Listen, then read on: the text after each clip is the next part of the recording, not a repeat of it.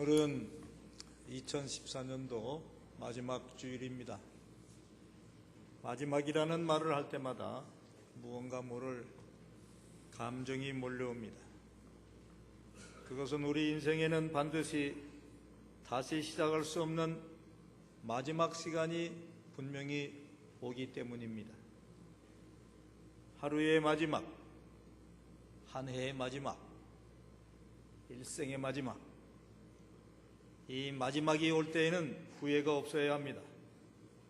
더군다나 일생의 마지막이 올 때에는 정말 그야말로 후회 없는 생이 되셔야 됩니다. 왜냐하면 하루의 마지막이나 한 해의 마지막과는 달리 인생의 마지막에는 더 이상 기회가 없기 때문입니다. 오늘 본문에 세월을 아끼라라고 하는 말을 보니까 성경이 이렇게 해석했습니다. 기회가 있을 때에 그 기회를 살아.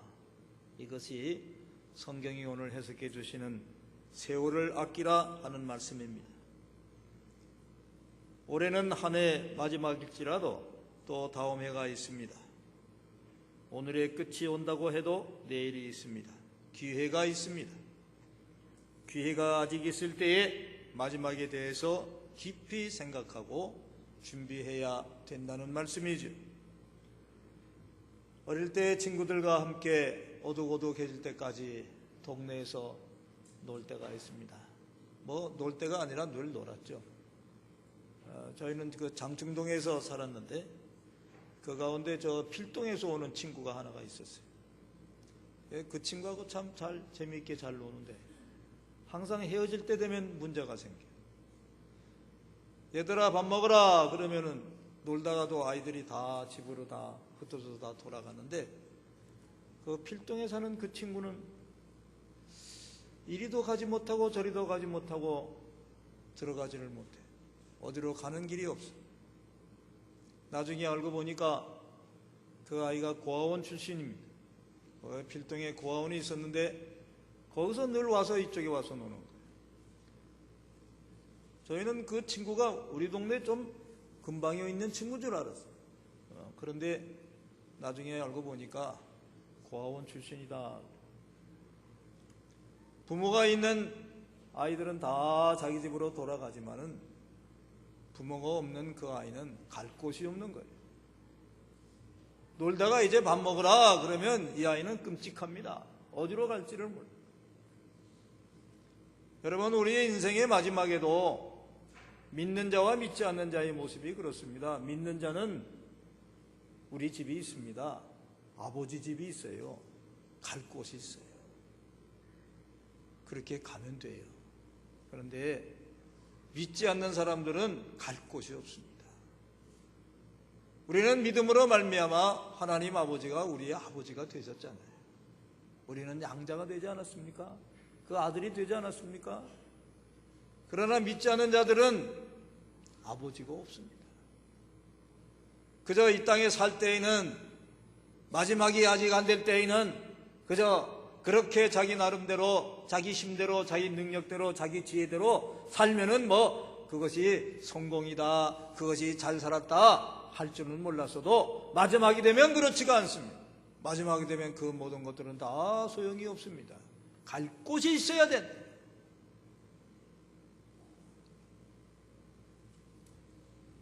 요새 큰 병원마다 호스피스 병동을 만들려고 합니다. 왜냐하면 마지막 끝나는 그 시점이 바로 인생에서 가장 중요한 시점이기 때문에 호스피스들이 마지막 길을 잘 인도해 준다는 것이 소문이 나서 그 호스피스 병동으로 가려고 서로 야단을 한다고 그래요.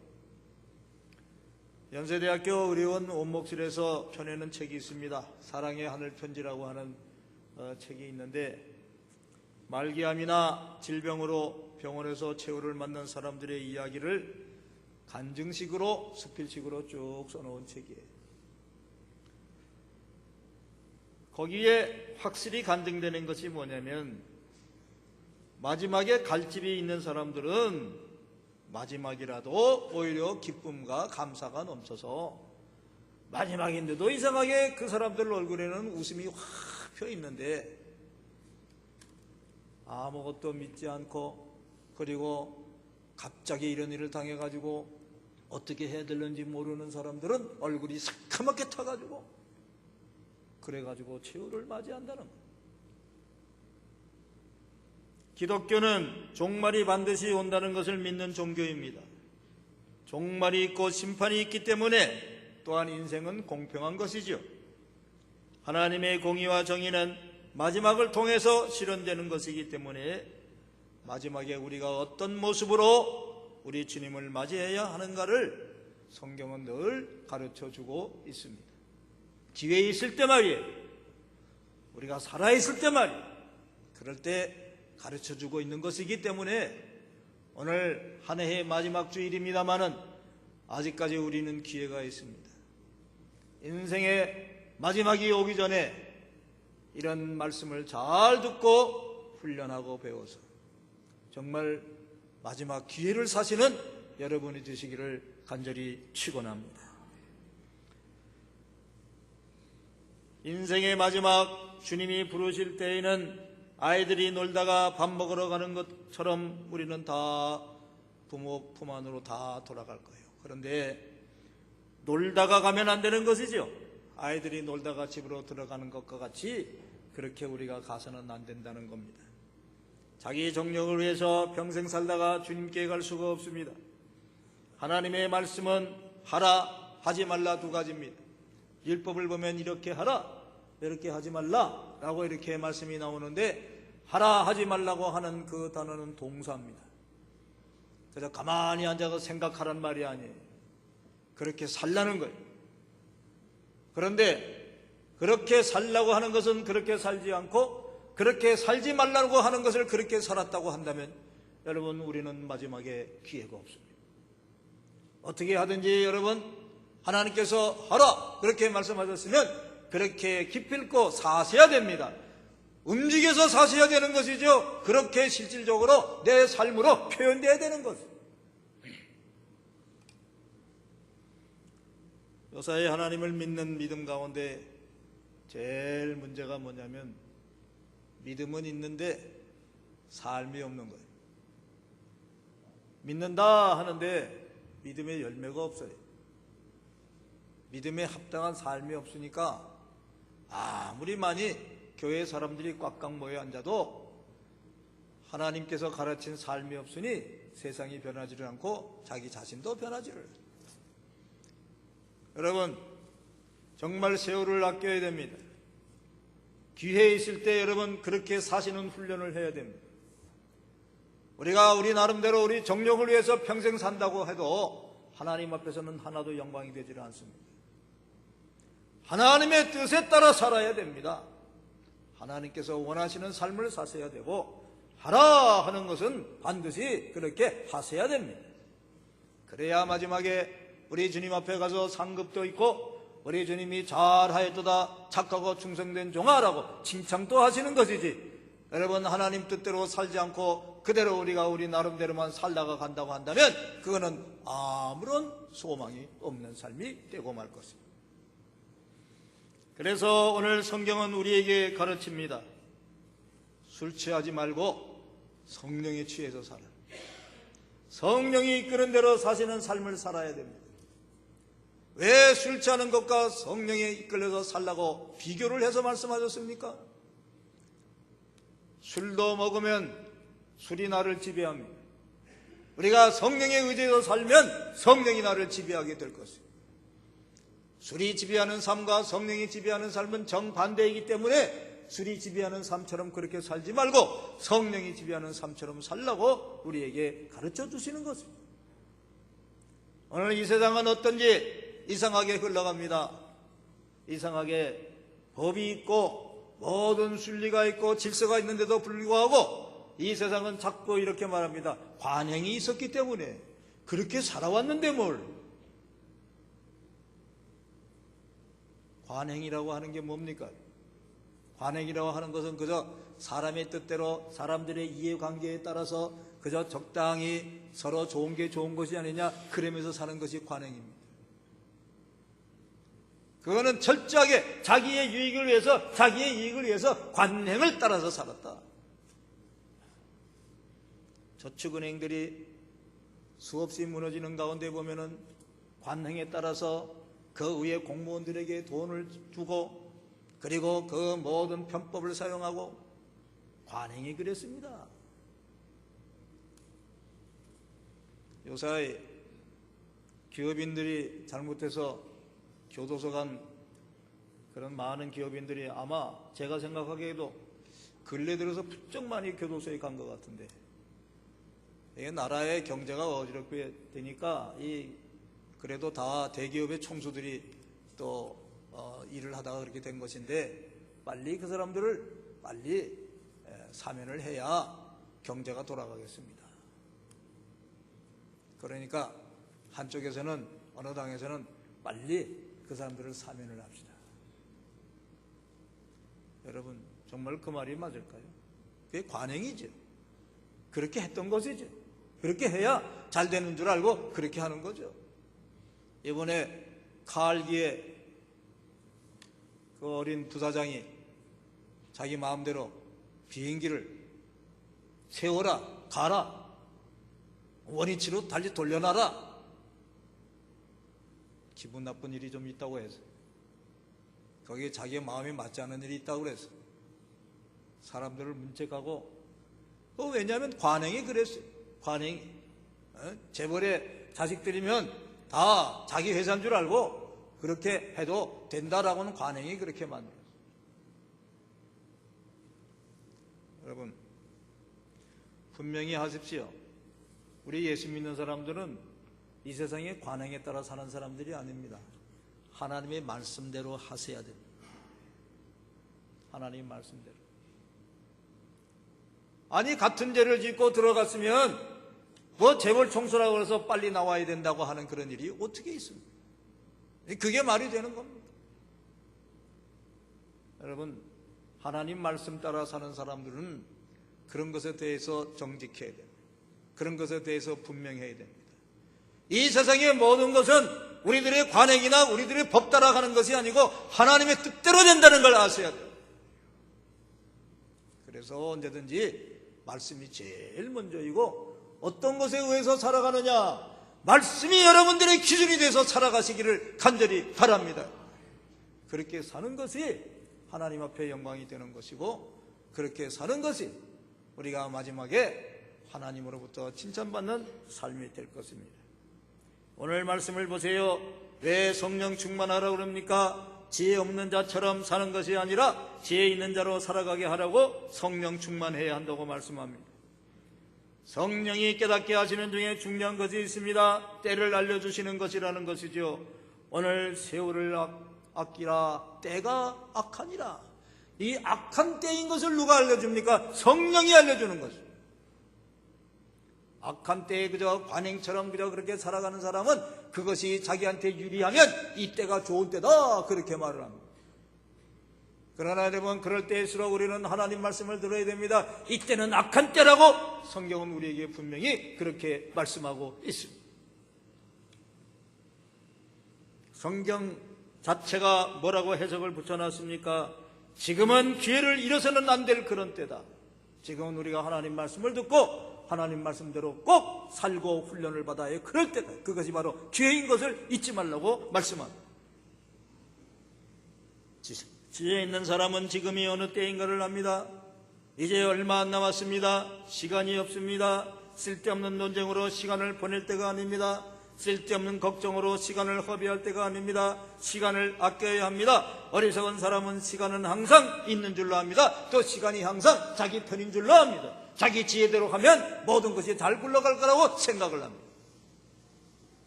사랑하는 여러분, 시간은 항상 똑같은 것이 아닙니다. 시간은 내가 생각하는 것처럼 그렇게 내 편이 돼서 굴러가는 것이 아닙니다. 젊을 때 이쁘다 이쁘다 하는 것을 어떤 사람은 지금도 그런 줄 압니다. 여러분, 시간이 나를 그렇게 변화시켰는데도 깨닫지를 못합니다. 5초가 넘는 사람 중에 몇 사람이 그런 사람이 있어요. 아직도 젊을 때인 줄 알아. 아직도 지나갔어요. 지나갔어요. 왜 시간이 그걸 지나가게 만듭니까? 우리가 우리의 자체를 잘 살펴보라, 그 말이에요.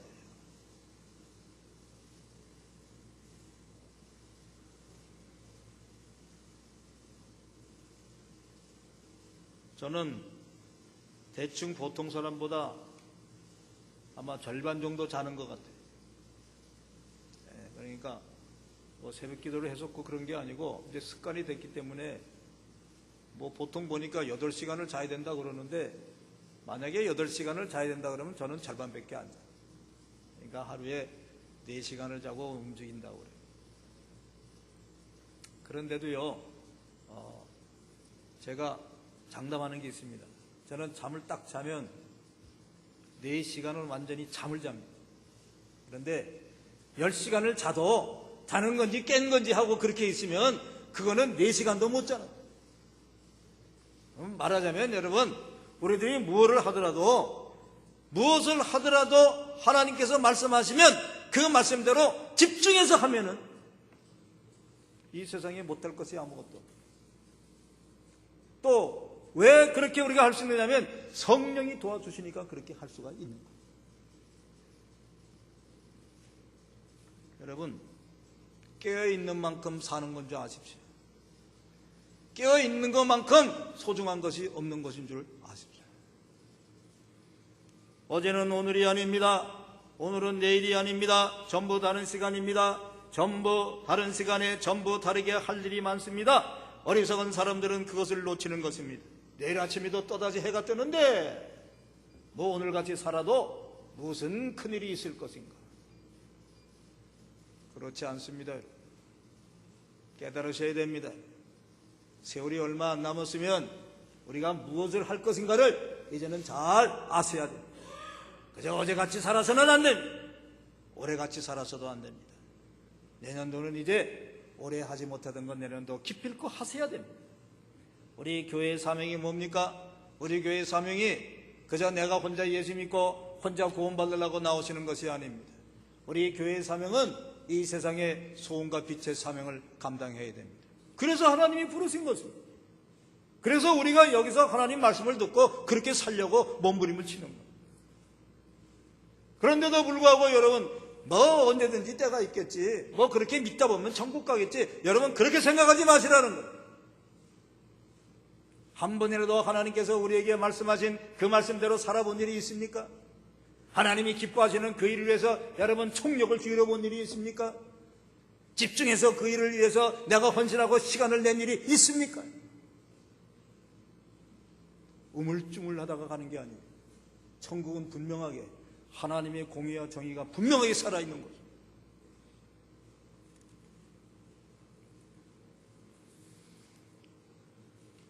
하나님의 세운 원칙, 하나님의 뜻대로 이렇게 사는 것이 예수 믿는 사람이 사는 방법입니다. 그래서 오늘 성경은 우리에게 분명하게 말씀합니다. 우선순위가 무엇인가? 우리가 살면서 우선순위가 무엇인가를 먼저 분명히 알아야 됩니다. 지금 때가 악하고 마지막 때가 다 됐으니 이제부터는 너희가 하나님 말씀을 잘 분별해서 지혜롭게 살기를 시작해라. 이제부터는 깨어서 살기를 시작하라고 말씀합니다. 이것을 알려주시는 분이 성령님이시라고 말씀합니다. 요한복음 16장 8절에 보면 성령이 오시면 죄에 대해서, 의에 대해서, 심판에 대해서 세상을 책망하시리라 그랬습니다. 로마서 12장 2절에는 너희는 이 세대를 본받지 말고 오직 마음을 새롭게 함으로 변화를 받아 하나님의 선하시고 기뻐하시고 온전하신 뜻이 무엇인지를 분별해서 살라고 우리에게 말씀합니다. 그러므로 지혜 있는 사람들은 하나님의 뜻을 먼저 헤아리는 사람이요, 그리고 그 뜻을 분별하면 그대로 실천해서 시간을 허비하지 않는 사람입니다. 성령 충만한 사람과 그렇지 않은 사람의 차이가 뭡니까? 하나님의 말씀을 듣는 데서 그저 끝나는 사람은 아직까지도 성령의 의지함을 모르는 사람입니다. 그러나 말씀을 듣고 그 말씀을 실천하는 사람은 성령과 함께 사는 사람들이죠. 여러분은 이 교회에 오실 때 무슨 생각을 하고 오셨습니까? 좋은 말씀을 들어야 되겠다고 오셨겠지요. 또 나아가서는 죄를 회개해야 되겠다고 나오셨겠지요. 또 문제가 있는데 해결을 받아야 되겠다, 이런 심정으로 오셨겠지요. 그런데 많은 부분이 예배 드리고 교회에 오셨다는 것으로 회개하고 문제가 다 해결됐다고 생각하는 거예요.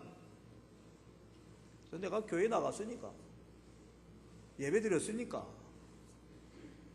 그것으로 여러분 다 한 줄로 아는데 그거는 아직 하나님 말씀대로 살은 것이 아닙니다. 좋은 말씀 들었으니 좋은 사람 된 것으로 착각하는 것은 옥새 아닙니까? 좋은 말씀 들으면 좋은 생각이 들어오고 그리고 그 말씀대로 내 삶으로 옮겨져야 정말 좋은 삶이 되는 것이죠. 깁슨이라고 하는 억만장자에게 어떤 사람이 와서 질문했습니다. 빈민가에 자라서 억만장자가 되었으니 그 성공의 비결이 뭡니까? 하고 물었어요. 그랬더니 이분이 간단히 세 가지라고 이렇게 대답을 합니다. 첫째는 나는 살면서 술은 입에도 대지 않았습니다. 나쁜 것이라고 하는 것은 내 몸에 못 들어오게 했어요.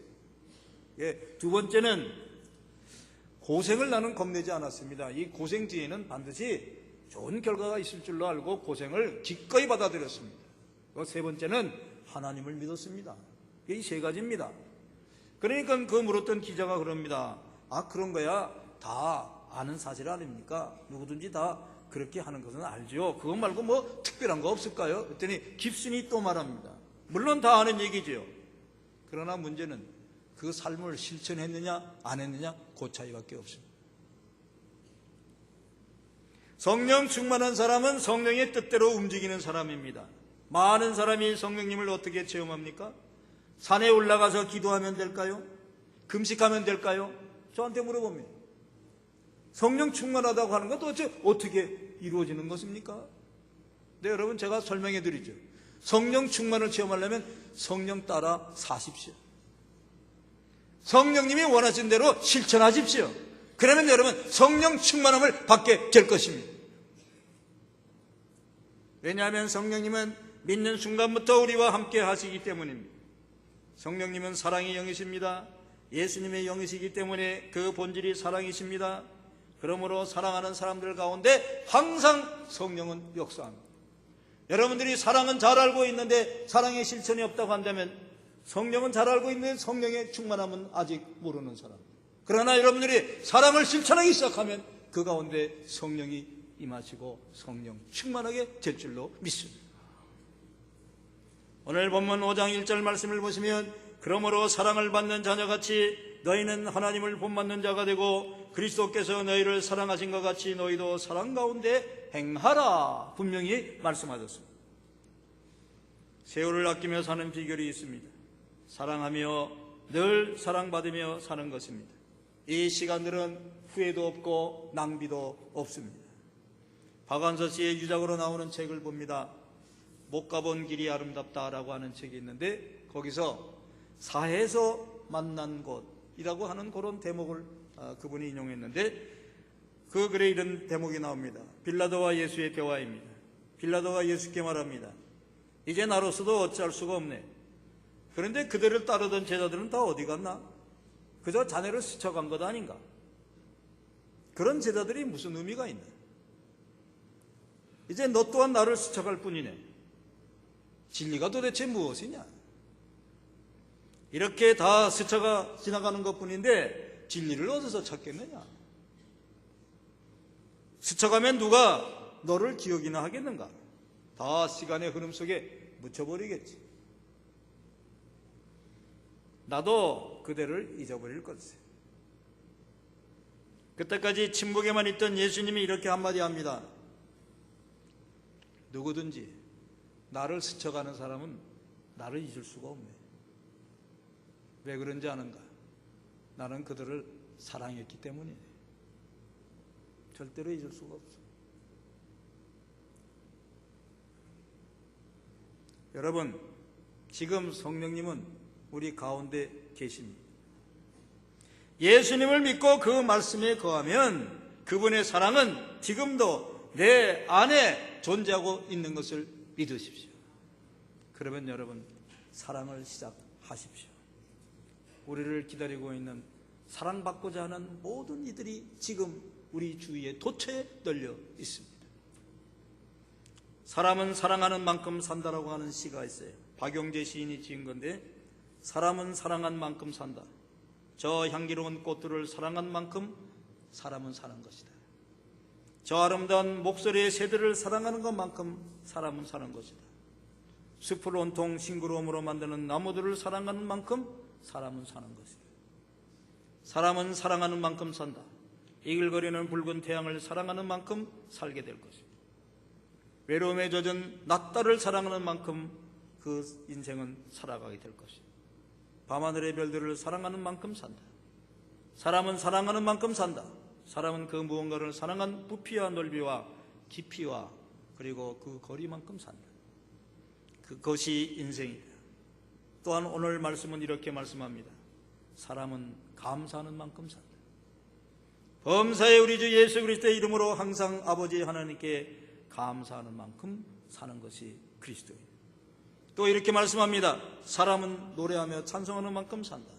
시와 찬송과 신령한 노래들로 서로 화답하며 너희의 마음으로 주께 노래하며 찬송하는 만큼 사람은 산다. 사랑하는 여러분, 어리석은 자가 되지 말고 오직 주의 뜻이 무엇인가를 헤아리는 이 시간이 되시기를 간절히 축원합니다. 술 취하지 말고 성령 충만하라. 시와 찬송과 신령한 노래들로 서로 화답하며 마음으로 늘 주께 노래하며 찬송하면서 범사에 항상 하나님께 감사하면서 그리고 사랑으로 행하라 하시는 이 말씀이 또 다음 해를 넘어가는 우리들에게 큰 교훈이 되시기를 간절히 축원합니다. 기도합시다. 하나님 감사합니다. 이 시간 주님께서 사랑하셔서 저희들에게 잊었던 모든 말씀들을 또 기억나게 하시니 진심으로 감사합니다. 저희들 예수 믿는다고 하면서 마치 장애를 가진 것처럼 움직이지를 못했습니다. 아무것도 하지 못하고 그저 주님을 믿느니 장차는 잘 되겠지 하면서 그렇게 믿었습니다. 아버지 하나님, 종교의 관행이라고 하는 나쁜 습관에 우리가 빠진 것 아닙니까? 아버지 하나님이여, 분명히 말씀은 있는데 우리는 말씀대로 하지 못하는 것이 한 해가 저무는 이때에 다시 생각이 납니다. 아버지 하나님이여, 다시 한번 사랑으로 행하라 라고 하시는 이 말씀이 저희의 마음에 새겨지게 하여 주시옵소서. 그리하여 실천하는 그리스도인이 되게 하시고 행동하는 양심이 되게 하시고 그리고 아버지 하나님을 기쁘시게 하는 삶이 되게 하여 주시옵소서. 감사하오며 예수님의 이름 받들어 간절히 기도하옵나이다. 아멘.